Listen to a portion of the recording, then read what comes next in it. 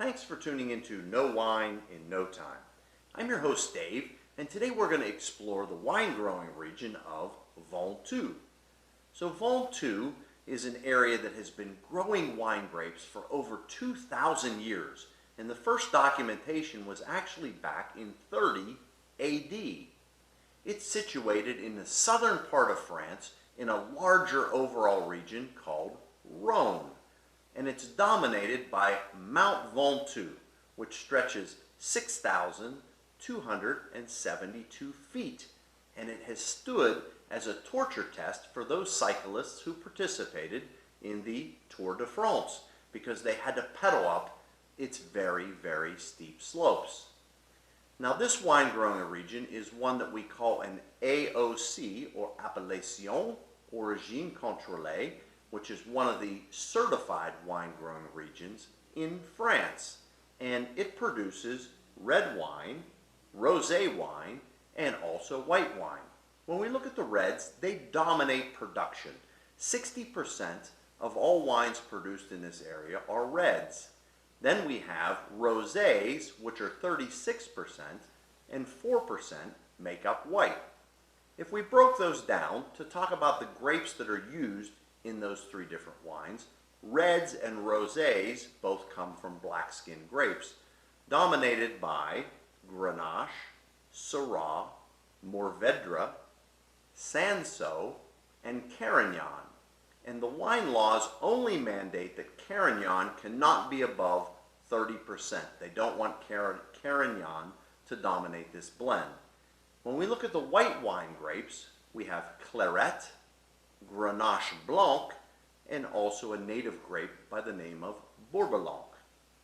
So when we look at what makes this region so special, we get back to Mont Ventoux.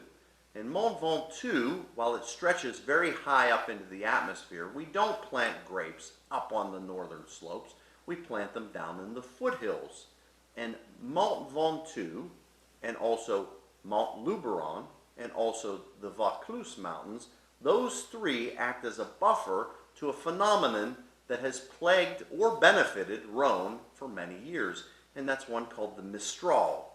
We've talked about the Mistral in several other No Wine in No Time videos, but what it is it's a very strong wind that blows down from the Massif Central in central France, and it's pulled down towards the Mediterranean Sea. These mountains buffer that strong wind, which actually helps some of the ancient bush vines in the area produce exceptional fruit. We also have incredible diurnal temperature swing in this area. So what is diurnal temperature swing and why is it important? Well, if we take the high temperature for the day and the low temperature at night and we subtract one from the other, that number is the diurnal temperature swing. In this area, that's as high as 40 degrees.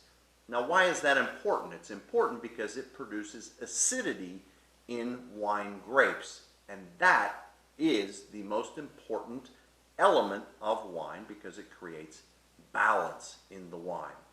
The soils in this area are dominated by clay, limestone, and also red alluvial soil or river rocks. And all of these produce incredible minerality and high quality grapes. So if we looked at what we can expect from a wine produced in this area, it would not be that much different from some of its neighbors. To the south we have Luberon, and to the west we have Châteauneuf-du-Pape. And we look at the wines in those areas, and this wine, they're not drastically different. They tend to evoke feelings of dark fruit and flavors that are a bit spicy, peppery, with a lot of incense in the background. That's what those grapes bring, and that's what makes them differ from other wine grapes planted around the world. So I brought a 2017 offering from Domaine de Fondrèche, and this wine is made from vines that are a minimum of 40 years old, so incredible mature fruit.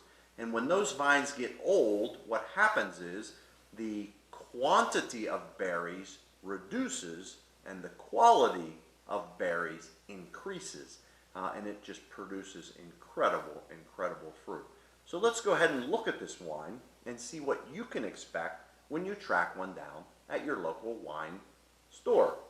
So the first thing that we notice is the wine is opaque. We cannot see through it, but there are hints of very, very dark ruby or garnet around the edges.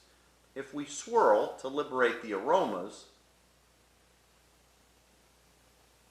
what comes out of the glass is very, very dark berries. So think dark, cherry, think plum. Also, we have some spiciness coming out of the glass. I'm smelling things like licorice, and we go back to that incense, and the incense is actually coming out of the glass as well. Let's go ahead and taste and see how it passes the palate.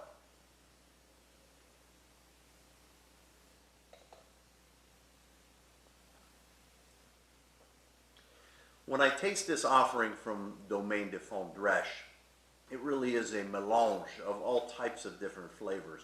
It enters the palate with those bright cherry and very, very dark plum, almost like a plum paste or a plum butter. Mid-palate, we feel that lift of acidity that comes from that incredible diurnal temperature swing. And all the way through, we just keep peeling off depths of flavor. We're getting that black pepper. We're getting the incense, almost like a licorice or anise type of aftertaste on the backside of the palate. Incredibly complex and incredibly beautiful. So you might be wondering, what does a dark, full-bodied, tannic, kind of rich wine like this pair with? And if we look at classic cuisine of the Rhone, we look at everything from mustard-based meats, things like lamb, things of pork, things of that nature, treated with different types of mustard preparation, grilled or roasted, to things like sausages. That's quite popular in that area. These wines go perfect with that.